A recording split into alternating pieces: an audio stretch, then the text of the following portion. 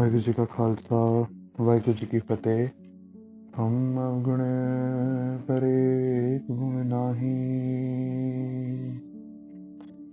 ਅੰਮ੍ਰਿਤ ਛਾੜ ਬਿਖੈ ਬਿਖ ਖਾਈ। ਮਾਇਆ ਮੋਹ ਪਰਮ ਪੈ ਭੂਲੇ,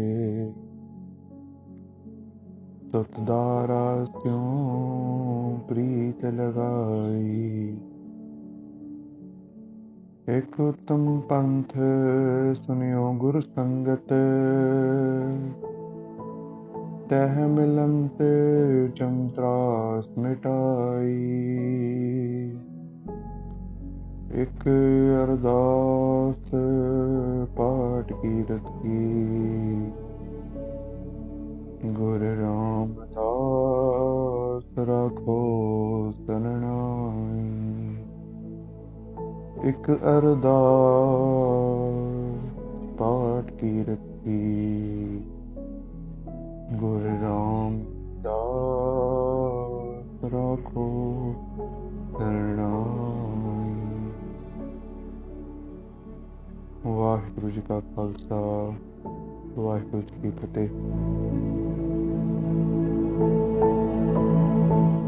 तो आज के समय में हम आगे बढ़ेंगे और जाके अभी देखेंगे कि आगे क्या होता है, व्हाट हैपन्स अहेड, एंड उससे हम क्या सीख सकते हैं हमारी लाइफ से, एंड हमारी स्पिरिचुअल लाइफ में कौन कौन सी ऐसी चीज़ें हैं, कौन कौन सी ऐसी गलतियां हैं, या कौन कौन से ऐसे सुझाव हैं जो हम अपना सकते हैं ताकि हम अपने स्पिरिचुअल लाइफ में आगे बढ़ पाए। तो एक तरीके से जब हम आगे की जो साखी सुनेंगे, साखी मीन्स ट्रू स्टोरीज, तो जब ये सच्ची घटनाएं गुरु साहब की जीवनी से हम सुनेंगे तो हमें श्रद्धा भावना से हम अपने आंखें बंद करके उस समय चले जाएं और इमेजिन करें उस एरा को, जो 1500s का जो एरा है।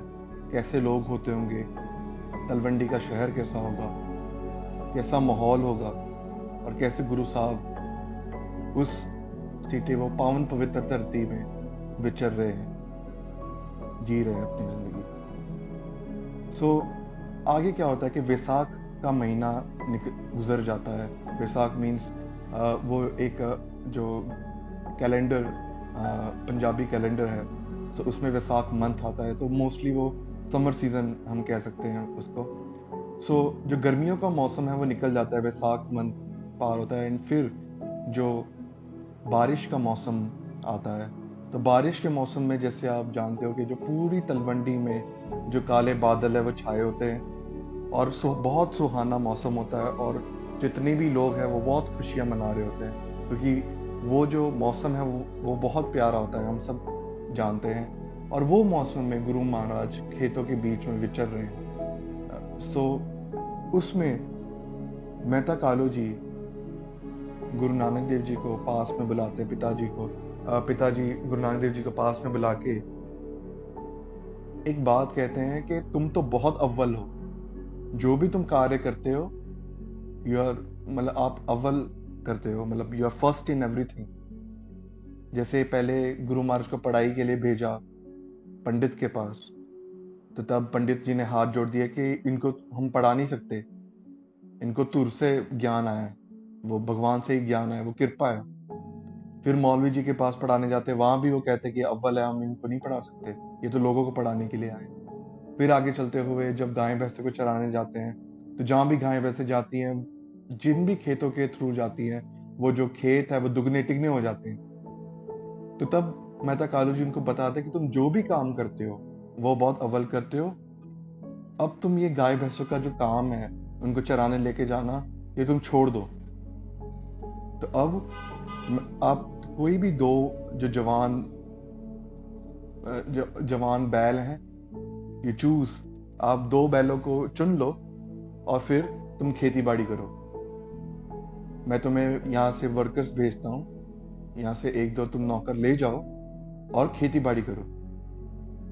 तो गुरु महाराज को तब उस समय गुरु महाराज सत वचन कह के फिर अगले दिन गुरु महाराज खेतों में जाते हैं और वहाँ की जो ज़मीन जो है वो खोदते हैं और वो जो बीज हैं वो डाल के आते हैं, और पूरे दिन उसी में गुजर जाता है। और मेहता कालू जी ने ये भी इंस्ट्रक्शंस दिए होते हैं कि जब तुम बीज बो के आओ तो तब तुम वो जो वाड़ है, जो फेंस है, वो भी लगा के आना खेती के अराउंड, ताकि जो जानवर है वो अंदर ना आ सके। नॉर्मली आप देखोगे कि जब खेत में हम जाते हैं तो नॉर्मली वहाँ पर फेंस लगी होती है, ताकि जो बाहर से कोई भी आ ना सके और जो खेत है उसको बर्बाद ना कर सके, उसको नुकसान ना पहुंचा सके। तो आगे बढ़ते हुए जो गुरु नानक देव जी ने जो बीज बोया होता है वो 3 दिन में ही पूरा हरा भरा हो जाता है, विच इज वेरी अनयूजुअल। 3 ही दिन में देखते हैं कि जो जो जो खेती में वो जहाँ पर बीज बोने जा रहे होते हैं, वो खेती 3 ही दिन में हरी भरी हो जाती है। मेहता कालू जी डिसाइड करते हैं और कहते हैं कि हम जाके देखते कि नानक काम कैसे कर रहा है, जो खेती बाड़ी है वो कैसे की। अभी जैसे मेहता कालू जी जाते हैं वहाँ पर, तो जैसे ही वहाँ पर वो पहुँचते हैं, मेहता कालू जी बहुत हैरान रह जाते हैं कि 3 ही दिन में इतनी सारी हरियाली। तो उनके जो खुशी का ठिकाना नहीं रहता और वो बहुत सारी चीज़ें सोचने लग जाते हैं। जैसे हमारी भी कई इच्छाएं होती है लाइफ में, और जब हम खुश होते हैं तो बहुत सारी चीज़ें दिमाग में आती हैं। तो मेहता कालू जी के दिमाग में भी बहुत सारी चीज़ें दिमाग में आने लग गई कि अभी ये जो नानक है, इसको बड़े होकर हम खेती बाड़ी करवाएंगे और इससे ये बहुत माया इकट्ठी करेगा। इसको हम एक खेत ही इसके नाम कर देंगे और इसको नौकर असाइन कर देंगे, नौकर इनके साथ रख देंगे, ताकि जो गुरु नानक देव जी है वो खेती बाड़ी करके बहुत सारी जो माया है वो घर पे लेके आए, बेटा कमाए। क्योंकि हर एक माता पिता के एक पिता के दिन में एक चाहत रहती है कि जो मेरा बेटा है वो जो पिताजी करे उससे आगे जाए, आगे बढ़े। तो ऐसी बहुत सारी चीजें दिमाग में आती है कि जो मेरे बेटा है वो कमाई करके लाएगा। और 3 ही दिन में इतनी हरियाली 3 ही दिन में। ये वो बताते हैं कि वो जो पूरा जो विलेज असाइन करेंगे गुरु पातशाह का, वो कितना हरा भरा होगा। जब मेहता कालू जी ये सब सोच रहे होते हैं, तब गुरु नानक देव जी पातशाह जो अंतर्जामी है, he knows, he is the inner knower, हर एक की दिल की बात जानते गुरु महाराज। तो उनको उनके अंदर की जो चाहत है वो दिखती है, वो अंदर का जो लोभ है वो दिखता है कि गुरु महाराज को पता लग जाता है कि जो ध्यान है ना वो बाहर की तरफ जा रहा है, वो लोभ की तरफ जा रहा है, एक्सपांशन की तरफ जा रहा है कि हाँ मैं ये करूँगा, ये इतनी माया यहाँ से आएगी, इतनी माया यहाँ से आएगी। सो उसी में उलझाए तो गुरु महाराज को वो दृश्य दिखता है। अभी सबसे पहले हम आगे बढ़ने से पहले, अभी ये जो हरियाली थी वो 3 दिन में कैसे उग गई, है ना? तो ये भी एक चर्चा का विषय है। तो नॉर्मली जब हम नाम जपने की बात करते हैं तो नाम की जो ताकत है वो भरपूर है। नाम से ही हर एक चीज उपजी है, ठीक है? और वो जो नाम है उसमें बरकत बहुत है। जो भी आप नाम जपते हो, कोई भी इंसान, कोई भी व्यक्ति जब नाम जपता है और कोई भी कार्य करता है तो उसकी वहां बरकत आ जाती है। तो वहां पर वो जो ब्लेसिंग्स हैं, वो जो ऑरा है, वो इतना पवित्र हो जाता है कि काम अपने आप होने लग जाता है। सो एक इंसिडेंट ऐसा ही भाई वीर सिंह जी, जो कि पहले भी हम काफी सेशन में जिक्र किया है उनके बारे में। तो भाई वीर सिंह जी अपनी राइटिंग्स में एक स्टोरी के थ्रू हमें जो नाम की जो एसेंस है, वो जो नाम का जो प्रभाव है, वो हमें बताते हैं कि नाम हमारे जीवन में कैसे परिवर्तन ला सकता है। जैसे हमारे जीवन में ना, हम सबकी लाइफ में बहुत सारी प्रॉब्लम्स है, राइट? कई बार हमें चैट के थ्रू पता लगता है कि जो रिलेशनशिप्स हैं वो अच्छी तरीके से नहीं हो रही, लड़ाई बहुत हो रही है। या फिर जो बिजनेस है उसमें घाटा हो रहा है ना। बट एक चीज की जो गारंटी है कि जो भी व्यक्ति नाम जपता है, ध्यान से जपता है और गुरु महाराज के साथ प्रेम रखता है, गुरु महाराज उनको कभी भी डूबने नहीं देते। कोई ना कोई ऐसी चीज वो वो हो जाती, घटना घट जाती है कि जिससे जो हमारा काम है वो सवर जाता है। लेकिन कई बार ऐसा होता है कि जो काम सवरने का जो प्रोसेस है उसको हम झेल नहीं पाते, क्योंकि जैसे हमने पिछली बारी भी डिस्कस किया था कि जैसे अगर ईगो को खत्म करना है ना, तो गुरु महाराज हमारे जिंदगी में, हमने देखा था कि लास्ट टाइम हमने एक साखी डिस्कस की थी कि मियाँ मिठा गुरु नानक देव जी को जब उनको पता चलता है कि गुरु नानक देव जी आने वाले हैं, तो वो बोलता है कि मैं गुरु नानक देव जी जैसे दूध से मलाई को हटाया जाता है, मैं नानक को वैसे ही हटा दूंगा। तो तब गुरु नानक देव जी पातशाह हंसते हैं, क्योंकि गुरु नानक देव जी पातशाह अंतर्जामी आ रहे हैं भाई मर्दाना जी के साथ। तो गुरु नानक देव जी पातशाह वहां पर वचन करते हैं प्यार से, अहंकार नहीं है गुरु महाराज में, वो प्यार से कहते हैं कि अगर ये मुझे ये जो मलाई है उसकी तरीके से हटा देगा ना, जैसे दूध से मलाई हटाई जाती है, मैं इसको नींबू की तरीके से निचोड़ दूंगा। ये साखी जो थी हमने जो पिछले सेशन में डिस्कस की थी डिटेल में। और फिर जो मियाँ मिठा की जो पावर्स है, स्पिरिचुअल पावर्स हैं, वो खत्म हो जाती हैं एंड वो अपने घुटनों में बैठ जाता है एंड उसको रियलाइज होता है कि गुरु महाराज कौन सी हस्ती हैं, और फिर उनको पालकी में लाया जाता है। तो हम स्टोरी में डिटेल में नहीं जाएंगे क्योंकि हम पिछली बार बात चुके हैं, लेकिन कहने का भाव ये है कि कभी भी कोई चीज को अच्छी बनाना है ना, तो उसका जो प्रोसेस है वो कभी भी इजी नहीं होता। ठीक है। सो जैसे अभी एक कप को बनाना है, तो अभी कप की जो मैन्युफैक्चरिंग है उसको भी आग में डाला जाता है, जो पदार्थ है उसको आग में डाला जाता है, फिर शेपिंग की जाती है उसकी, फिर से आग में डाला जाता है ताकि शेप बनी रहे। तो ऐसे बहुत सारे स्टेजेस के थ्रू जाना पड़ता है and then it transforms into an attractive cup जो हम लेते हैं। ओके। सो वैसे ही नाम जो है वो वैसी बरकत करता है। आप देखोगे जहां भी जो व्यक्ति नाम जपते हैं वहां पर सुखाली आ ही जाती है। तो इसी का एक एग्जाम्पल लेते हुए भाई साहब भाई वीर सिंह जी लिखते हैं कि ये जो घटना है वो लुधियाना की घटना है जो कि पंजाब में है। तो वहां पर एक गुरसिख जा रहे होते हैं। अभी जब गुरसिख एक खेत के थ्रू जाते हैं तो उनको बहुत प्यास लगी होती है।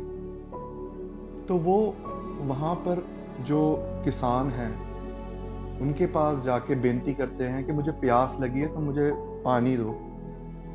तो वो वहां का जो किसान है ना, अभी दोपहर का समय, कड़कती धूप है, तो वो जो किसान आता है और उनको लस्सी पिलवा देता है, लस्सी पिलाते हैं उनको। जब लस्सी पिलाते हैं वो गुरसिख बहुत प्यार से वो लस्सी को पीते हैं और वो किसान को बहुत प्यार भरे वचन करते हैं कि तुम्हें कैसे पता था कि मुझे भूख भी लगी है, क्योंकि उनको भूख लगी थी लेकिन उन्होंने बताया नहीं, वो बाहर उन्होंने वो चीज उसका जिक्र नहीं किया कि उनको भूख लगी है। लेकिन वो जो किसान की जो लस्सी थी तो उससे उनकी जो प्यास थी वो भी बुझ गई और भूख भी बुझ गई। तो उन्होंने पूछा किसान को कि उन्होंने किसान को पूछा कि तुम्हें पता कैसे था कि मुझे भूख लगी है। तो वो किसान जवाब देता है कि मेरे पास खाना नहीं था और मुझे पता था कि जो पानी है, इतनी कड़क की धूप में पानी इतना लाभदायक नहीं होगा, इतना सफिशिएंट नहीं होगा, तो इसलिए मैंने जो मेरे पास सबसे मूल्य वाली चीज थी, सबसे इंपॉर्टेंट चीज थी, सबसे वैल्यूएबल चीज थी, वो मैंने तुम्हें दी, यही था मेरे पास और यही मैंने आपको दिया। तो वो गुरसिख बहुत प्रसन्न होते हैं, बहुत खुश होते हैं और वो बताते हैं कि तुमने मुझे सबसे वैल्यूएबल चीज दी, तुमने मुझे सबसे जो मूल्य जिसका सबसे ज्यादा है वो तुमने मुझे दिया। अब मैं भी तुम्हें, मेरे पास जो सबसे मूल्य चीज है वो मैं तुम्हें दूंगा, सबसे वैल्यूएबल चीज जो मेरे पास है वो मैं अभी तुम्हें दूंगा। तो वो जो किसान है वो अंदर ही अंदर सोचता है कि तुम्हारे पास ना ही पॉकेट है, फटे हुए तुम्हारे कपड़े हैं, तो तुम मुझे क्या दोगे, व्हाट विल यू गिव। तो वो गुरसिक क्या करता है, वो किसान को बिठाता है, वो किसान बैठ जाता है। फिर वो जो गुरसिक है वो किसान को बोलता है कि तुम आंखें बंद करो। तो किसान आंखें बंद करता है, फिर वो बोलते हैं वाहिगुरु बोलो। वो वाहिगुरु बोलते हैं। तो ऐसे 5 बार वाहिगुरु वाहिगुरु वाहिगुरु वाहिगुरु वाहिगुरु, ऐसे 5 बार वो बोलते हैं और किसान वापस दोहराता है। फिर उनको आंखें खोलने को बोल दिया जाता है, और जब वो आंखें खोलते हैं तब उनको जो मन का जो टिकाव है वो महसूस होता है, और वो गुरसिक वहां से चला जाता है। तब वो किसान को क्या रियलाइज होता है अंदर कि अभी किसान जो भी खेत में जा रहा है वो हरी भरी होती जा रही है, वो जो जो खेत है वो दुगना तिगना हरा होता जा रहा है। तो ये थी नाम की बरकत। अभी यहाँ पर संगत जी एक और चीज का, एक जो और लर्निंग मिलती है, हमने नाम की बहुत बातें की कि नाम जपना है, नाम जपना है, नाम जपने से ही सफल होगा हमारा जीवन। लेकिन नाम मिलेगा कहाँ से? नाम है क्या, नाम मिलेगा कहाँ से? तो गुरु महाराज गुरबाणी में फरमान करते हैं, जो अनंत साहिब जो कि डेली नितनेम में आता है, नितनेम मीन्स डेली प्रेयर्स में आता है, महाराज कहते हैं सुर नर मुंजन अमृत खोज दे, सो अमृत गुर ते पाया। वो जो नाम का जो एसेंस है, वो जो नाम की जो प्राप्ति है, वो हमें गुरु महाराज के थ्रू मिलती है, थ्रू अमृत संचार। आपने आप सबने ये चीज सुनी होगी कि अमृत संचार सेरेमनी होती है। जैसे आप बोलते हैं कि नॉर्मली जिन्होंने कृपान धारण की होती है, नॉर्मली क्योंकि नॉर्मली सब ककार पहनते हैं, लेकिन कृपान इज लाइक सबको दिख जाती है बाहर, सो दे से दैट इन्होंने अमृत छका हुआ है ना।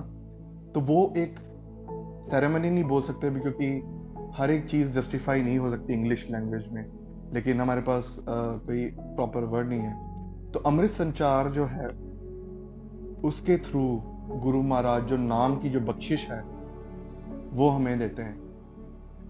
गुरु नानक देव जी के समय से, गुरु नानक देव जी से लेके गुरु गोविंद सिंह जी तक, गुरु गोविंद सिंह जी जब तक, जो वैसाखी 1699 को नहीं आया था वो पवित्र दिन, उससे पहले तक जो सिख थे उनको चरण अमृत से नाम की प्राप्ति होती थी।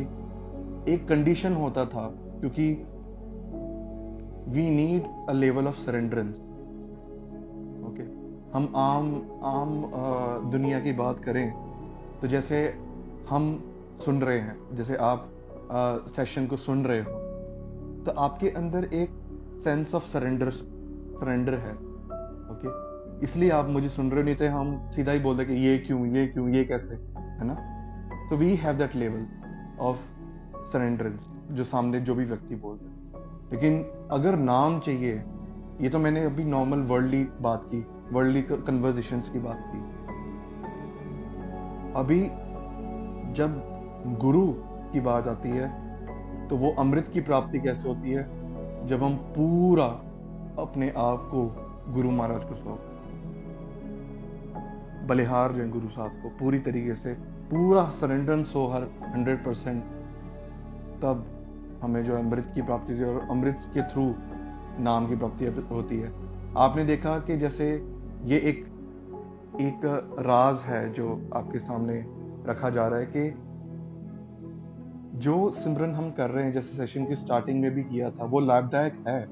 ऐसा नहीं कि वो आपको लाभ नहीं पहुंचाएगा, लेकिन जब आप उन गुरसिखों की संगत में, जैसे वो किसान ने गुरसिख की संगत में किया, गुरसिख भी कोई आम गुरसिख की बात नहीं कर रहा मैं, आम गुरसिख का भाव कि बाहर से दाढ़ी है, दस्तार बांधी हुई है, तो उसको हम गुरसिख नहीं कह सकते। गुरसिख का भाव ये कि वो गुरु महाराज के वचनों को पालता हो, जो नाम अभ्यास करता हो, जो गुरबाणी का अभ्यास करता हो, हम उनकी बात कर रहे हैं। वो जो नाम में जो भीगी हुई रूह हैं उनकी बात कर रहे हैं। तो उनकी संगत में जो किसान था उसके अंदर भी नाम टिक गया। तो आप सोचिए कि जब गुरु जब नाम देगा तो तब कितना टिकाव पैदा हो सकता है। तो वो जो गुरु महाराज है, वो नाम का जो बीज है, अमृत के थ्रू हमारे जो हमारे हमारे अंदर डाल देते हैं, और फिर जितना हम नाम जपते हैं उतना ही वो जो बीज है वो बड़ा होता जाता है।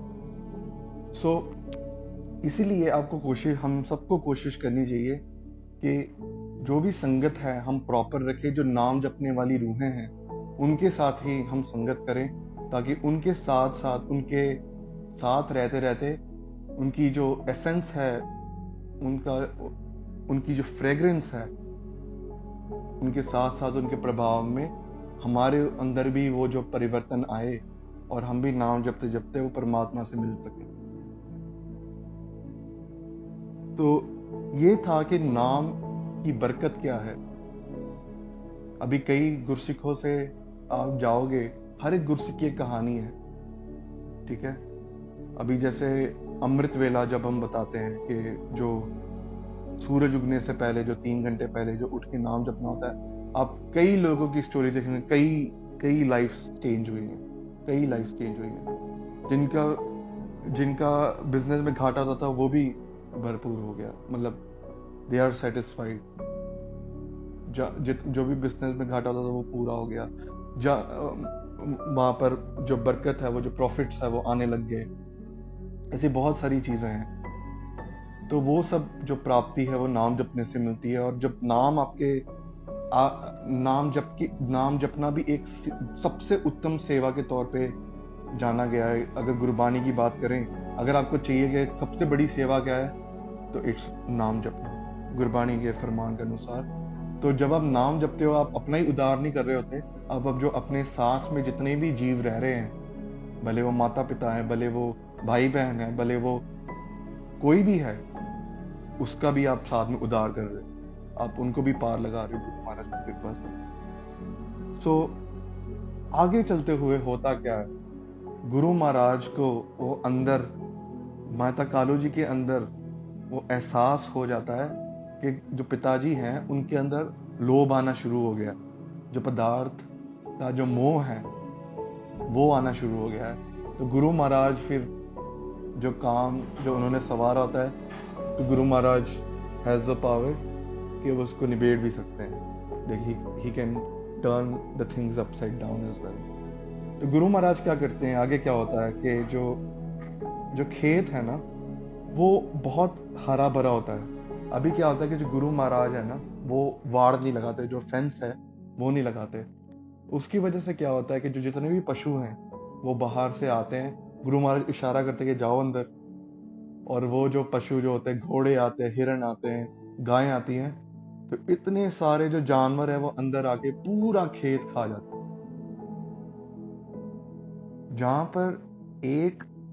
जहां पर इतनी हरियाली थी कि आपको कुछ देखने को नहीं मिलता था, तो इतनी हरियाली, हर जगह हरियाली हरियाली, वहां पर एक बूटा भी नहीं रहा, वहां पर एक प्लांट भी आपको दिखाई नहीं देगा।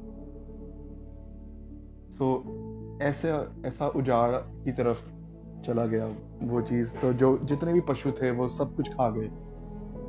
तो अभी मेहता कालू जी के अंदर फुरना आता है, वो थॉट आता है अंदर कि चलो हम देख के आते हैं कि अभी तो और भी बड़ा खेत हो गया होगा, अभी तक तो और भी कमाई हो रही होगी।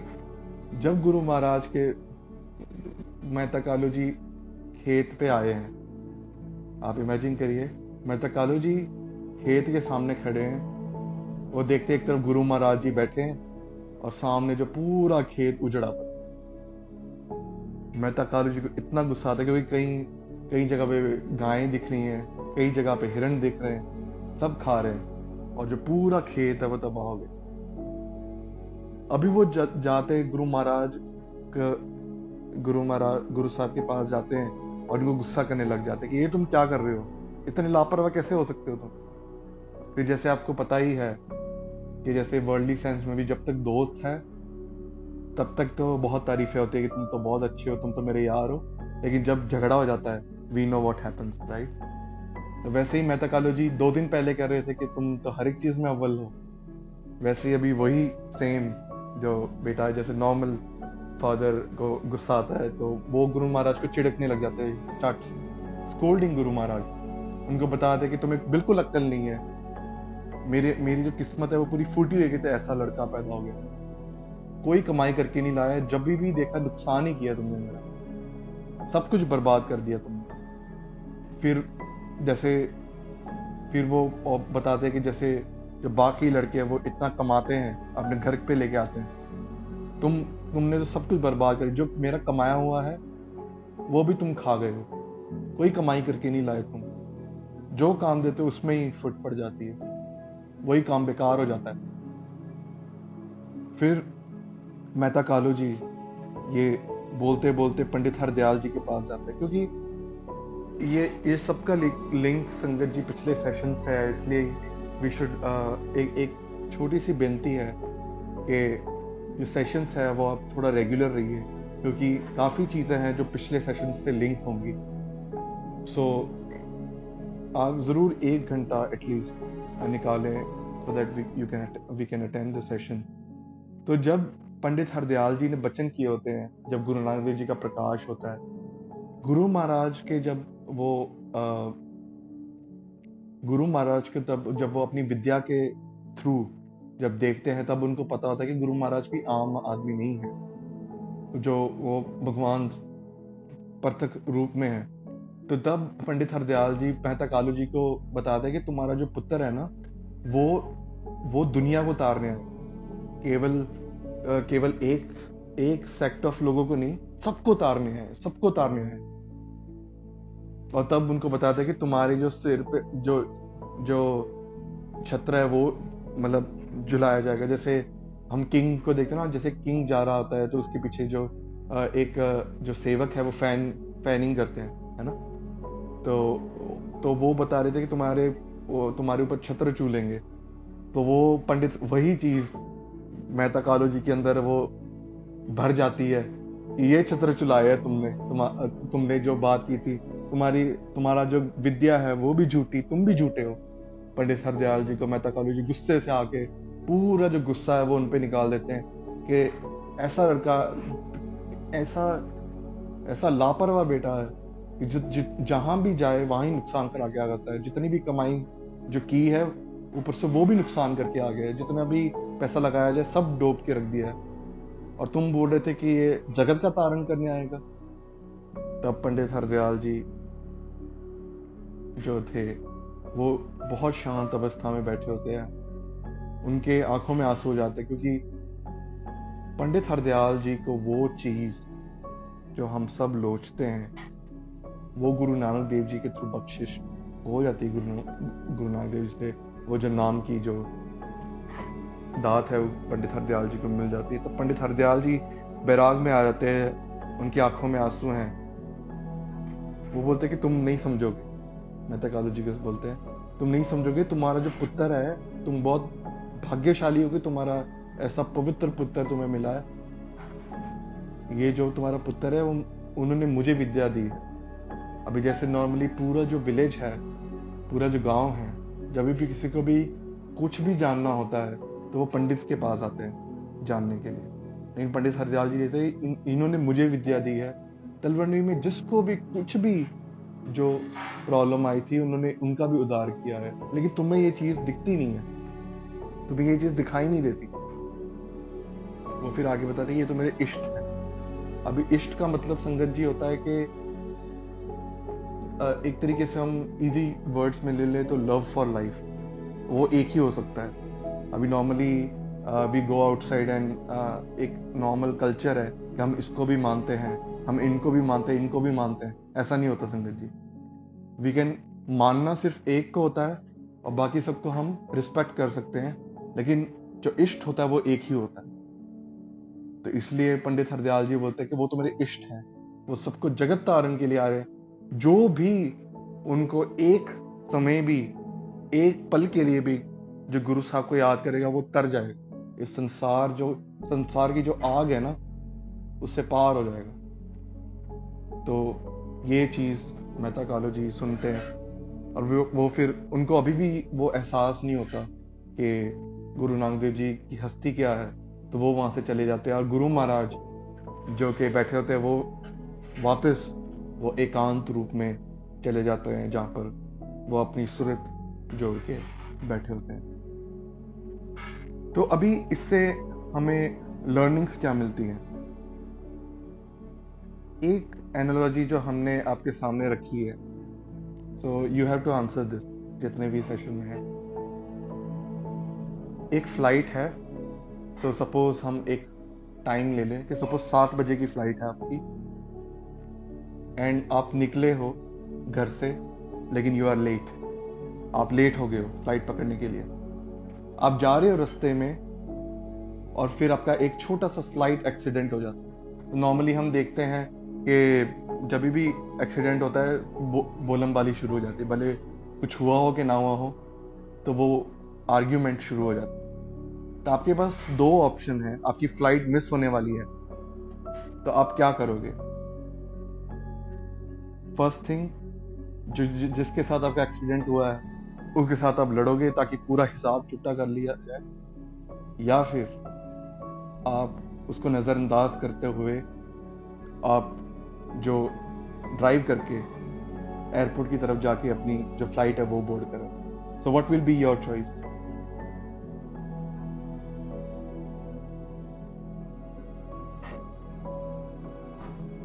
Okay, two second option, anyone else?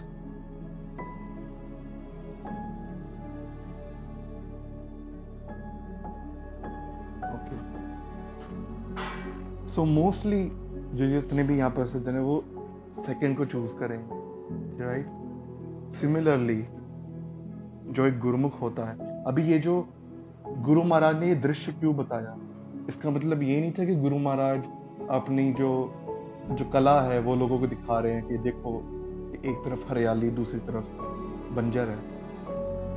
इससे हमें बहुत चीजें सीखने को मिलती है, इसलिए हम हर सेशन में विनती करते हैं कि जो भी चीज गुरु महाराज करते हैं उसके पीछे एक वजह होती है, उसकी वजह जरूर होती है, भले हो हम जान पाए कि नहीं जान पाए, that is a different story. तो यहाँ पर जो जब एक इंसान जब बाहर की तरफ जाता जाता है, जब वो बाहर की दुनिया की तरफ मोहित होता जाता है, बाहर के पदार्थ से मोहित हो जाता है, उतना ही वो भगवान से दूर होता जाता है, जिसके लिए हम यहाँ पर आए हैं। अभी गुरु महाराज का एक फरमान आता है रहरास साहिब में, Rehras Sahib is evening prayer. So उसमें एक पंक्ति आती है, पई प्रापत मानुख देहरिया, गोबिंद मिलन की एह तेरी बरिया, अवर काश तेरे कितना काम, मिल साध संगत भज केवल नाम। अभी यहाँ पर गुरु महाराज यहाँ पर कहते हैं, काफी लोगों के क्वेश्चंस होते हैं कि हमें इंसानी देह मिली क्यों, वाई आर वी हियर? तो गुरु महाराज तब एक हमेशा हर रोज, क्योंकि नित्यनेम है हर रोज करना है, तो हर रोज हमें ये चीज याद दिलाते गुरु महाराज शब्द रूप में कि पई प्रापत मानुक देवरिया, मारे बोलते ये पलिया तुम्हें ये इंसानी देह मिली, गोबिंद मिलन की ए तेरी बरिया। किसके लिए? ये जो भगवान, ये जो पूरे सृष्टि का जो मालिक है, जो कण कण में बसता है, जो कर्ता पुरख है, जो आकाश में है, पताल में है, जो पानी में है, फॉरेस्ट में, हर जगह जो है, उसको मिलने की यह तुम्हारी बारी है। This is your chance. Gobind मिलन की एह तेरी बरिया, अवर काश तेरे कितना काम। जो बाकी सब आप कार्य कर रहे हो वो आपके कोई काम नहीं आने वाले, तो काम क्या आएगा? मिल साध संगत भज केवल नाम। तो आपको ये जो साध संगत है, जो संगत है, आप वहां पे जाके जब नाम जपते हो, जब आप गुरुद्वारा साहब जाके बैठ के कीर्तन सुनते हो, सब साथ में कीर्तन का उच्चारण करते हो, गुरबाणी पढ़ते हो, साथ में संगत करते हो, कथा सुनते हो, तो विचार करते हो भगवान के बारे में, तो तब वही चीज जो है वो आपके साथ जाएगी। तो इसलिए वो जो गुरुमुख है, जैसे कि आपने अब सब ने सेकंड ऑप्शन चूज किया कि वो लड़ाई झगड़े में उन्होंने टाइम वेस्ट नहीं करना, you have to go and board the flight, वैसे ही आपकी जो फ्लाइट है जिंदगी की वो आपकी गुजरती जा रही है। अभी जो आपकी जो जिंदगी फ्लाइट है वो गुजरती जा रही है, तो इसलिए वो जो भी गुरुमुख है वो क्या करता है कि जितना उनको सर्वाइवल के लिए चाहिए, मैं महाराज ऐसा नहीं बोलती कि पूरा ही आपको जंगल में चले जाना है, कुछ नहीं खाना पीना, you don't have to be happy, you are not allowed to be happy, no, it's not like that. लेकिन गुरु महाराज कहते हैं कि लोभ भी नहीं रखना है, ग्रीड भी नहीं रखना है, संतोष रखना है अपने अंदर, कंटेंटमेंट रखनी है अपने अंदर, जो भी है हमारे पास वो भगवान का शुक्र है फिर हमारे पास है। तो इसलिए जो गुरुमुख है वो क्या करते हैं, वो अपना जीवन तो गुजार रहे हैं, वो जॉब्स भी कर रहे हैं, सब कुछ कर रहे हैं, लेकिन उनको ये चीज उनके दिमाग में है कि जो मेरी जो जिंदगी रूपी फ्लाइट है वो मेरी गुजरती जा रही है। इसके कई फरमान गुरबाणी में आते हैं। महाराज कहते हैं कि राम पज जन्म सी रात है, कहो कहाँ बार बार समझत नह क्यों गवार, बिन सत नह लगे बार उरे तम गात है रहो। गुरु महाराज बताते हैं कि राम पज वो भगवान का नाम जपो, मेडिटेट, आप नाम जपो, ये जो जिंदगी है वो गुजरती जा रही है, your life is slipping away. महाराज बताते हैं कि बार बार जब आप सहज पाठ करोगे, गुरु ग्रंथ साहिब जी के दर्शन करोगे, तब आपको पता लगेगा गुरु महाराज नाम के बारे में कितना कुछ बताते हैं कि नाम जपो नाम जपो। महाराज बताते हैं कि इतनी बार बताने के बावजूद तुम नाम नहीं जप रहे, ये जो शरीर है ये एक बर्फ के टुकड़े के जैसा है, जो जैसे वो मेल्ट हो जाती है, ये भी चली जाएगी, ये जो जिंदगी है ये भी गुजर जाएगी। फिर जो दूसरी लर्निंग हमें मिलती है कि हमें जो पदार्थ हैं, live in the moment, don't be attached two things. अभी जैसे मेहता कालू जी के थ्रू हम देखते हैं कि मेहता कालू जी इतने खुश थे, उनकी खुशी का ठिकाना नहीं था जब वो हरियाली देखी उन्होंने, जब तीसरे दिन आए थे। वो जब लोभ पैदा हुआ अंदर और जब वो चीज निकल गई, तब वो मेहता कालू जी फिर गुस्से में आ जाते हैं। ठीक है, तो वैसे ही हमारी जिंदगी में भी कई चीजें ऐसी होती हैं कि नॉर्मली क्या होता है कि why do we complain, because जो भी चीज हमारे पास आती है ना, हम उसको समझते हैं कि हमेशा मेरे पास ही रहेगी, लेकिन ऐसा होता नहीं प्यार। वो जैसे ही वो हमारे साथ होती है, उसको जाना ही है एक दिन, वो टूटेगा या जाएगा। अगर पदार्थ है जो टूटेगा, अगर इंसान है तो जाएगा, लेकिन वो चीज हम एक्सेप्ट नहीं कर पाते। तो इसलिए कई लोग जब वो चीज आती है तो फ्यूचर देखने लग जाते हैं कि मैं ऐसे जाऊंगा ऐसे जाऊंगा ऐसे जाऊंगा, लेकिन इंसान बस प्लान ही करते रह जाता है, होता वही है जो परमात्मा चाहते हैं। तो इसलिए जब भी आपके साथ पदार्थ आए तो आप सत वचन कह के ना आप शुक्राना करो भगवान का कि ये चीज आई मेरे पास। जब आप शुक्राना करोगे ना भगवान का, तब आपके अंदर खुशी तो होगी कि वो पदार्थ मिला, लेकिन आपको ये भी चीज का एहसास होगा कि ये चीज मुझे दी गई है भगवान से और ये चीज एक दिन जाएगी भी। इसलिए जब वो पदार्थ लिया जाएगा आपसे कोई ना कोई बहाने से, वो जब चीज निकल जाएगी लाइफ से, तभी भी आपको उतना दुख नहीं होगा, क्योंकि आपके अंदर ये चीज दृढ़ हो चुका होगा कि वो चीज जानी ही थी। लेकिन ये जो खेल है वो इतना आसान नहीं है करना। उसके लिए भी आप जितने भी सॉल्यूशंस देखोगे वो नाम जपने पर ही पॉइंट आउट होते हैं। जो मूल है वो नाम जपना ही है। तो जब आप नाम जपोगे तब आपके अंदर ये ऐसी भावना आएगी कि जो परमात्मा है, तेरा शुक्र है, जो भी है तेरा, जो भी है तेरा है। और अगर आपने मोह लगा लिया चीजों से, तो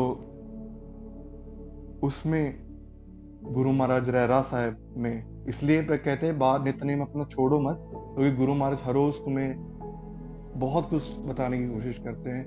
गुरु महाराज बताते हैं, तित सरवरडे पहले निवासा, पानी पावक तिन्हे किया, पंकज मोह पग नहीं चाल, हम देखते हैं डुबी अले मन, एक न चितस मूड मना, हर बिसरत तेरे गुण गलिया। महाराज बताते हैं यहाँ पर कि तित सरवरडे पहली निवासा। महाराज बोलते हैं कि ये जो दुनिया है वो एक it's in a kind of a water body, एक पूल के अंदर है जहां पर आग लगी हुई है। वो जो पानी वो इतना गर्म है और आग निकल रही है उससे। पंकज मोह पग नहीं चाल रहे, हम देखा जाए। महाराज बोलते हैं कि वो जिनको भी मोह हो जाता है ना कि मेरी जिंदगी, मेरे बच्चे, मेरे ये, महाराज ने ऐसा नहीं बोला कि खुशियां नहीं मनानी, खुशियां मनानी है, लेकिन अंदर भगवान को भी याद रखना है, ताकि वो चीज अगर चली जाए तो मोह ना रहे। इसको हम एक और तरीके से देखेंगे तो महाराज बोलते हैं कि जितनों को भी मोह हो जाता है ना पदार्थों से, वो डूब जाता है। I have seen them drowning. महाराज बताते हैं कि मैंने उनको देखा है डूबते हुए। मन एक ना चीज मूड मना। महाराज बताते हैं यहाँ पर कि मन, अपने मन को संबोधित करते हुए कि मन एक ना चीज मूड मना। मूड मतलब होता है कि फूलिश, क्यों मूड मन, तुम क्यों नहीं उस एक को जप रहे, हर बिसरत तेरे गुणगल। जब हम भगवान के गुण को गाना छोड़ देते हैं, हमारे अंदर से गुण भी निकल जाते हैं। अभी जब हम देखते हैं कि हमारे अंदर जो गुण है, कई लोग अच्छा बोलते हैं, कई लोग जो है हमें बताते हैं कि उसकी जो भाषा है वो बहुत मीठी है, बहुत मीठा बोलता है, उसमें निम्रता बहुत है, उसमें ये है, उसमें वो है। तो ये सब जितने भी गुण हैं, वो परमात्मा के जो भरपूर जो गुण हैं, जिसको हम गिन नहीं सकते, उतने गुणों वाला परमात्मा के जो कण कण है, जो एक पाठ के हिसाब से, वो जो पाठ है गुणों का, वो उस व्यक्ति के अंदर डाला जाता है। तो जैसे ही वो परमात्मा के जो गुण है, जब वो गाना छोड़ देता है, तब उसको माया का जो प्रभाव है वो पड़ जाता है, और जितने भी गुण जो परमात्मा के ही होते हैं इंसान में, तो वो जो गुण हैं वो निकल जाते हैं। तो इसलिए हम देखते हैं कि काफ़ी सोशल एक्टिविस्ट हैं, काफ़ी जो समाज को चेंज करने की कोशिश कर रहे हैं, लेकिन समाज चेंज क्यों नहीं हो रहा, वो करप्शन क्यों नहीं जा रही? उसकी वजह यही है कि जब हम साथ संगत भी करते हैं, there are 3 things we have to take in consideration. पहली होती है नाम जपना, दूसरी होती है सेवा करना, तीसरी होती है गुणों का आदान प्रदान। वी लर्न फ्रॉम साथ संगत। हम जब देखते हैं कि कोई इंसान कैसी सेवा कर रहा है, उनको देख के हम भी सीखते हैं। लेकिन what do majority of us do? ये जो संसार है वो क्या कर रहा है? वो फर्स्ट 2 स्टेप्स को भुला रहा है। पहले तो नाम जपना, वो नाम नहीं जपता। वी जस्ट टॉक कि हमें नाम जपना चाहिए, नाम जपना चाहिए, लेकिन वो हमारे जीवन में धारण नहीं हुआ, अभ्यास नहीं है नाम से। जिसने कला वर्तानी है, जिसने अपना जो पावर का जो दिखावा करना है, पावर का जिसका प्रगटावा होना है, वो नाम कोई जपता नहीं। सेकंड चीज, सेवा करनी। जब तक सेवा नहीं करेंगे, हमारे अंदर वो भावना ही नहीं आने वाली दया की। And we skip these both steps. हम इन दोनों स्टेप्स को स्किप करते हैं, and directly we jump into changing the society.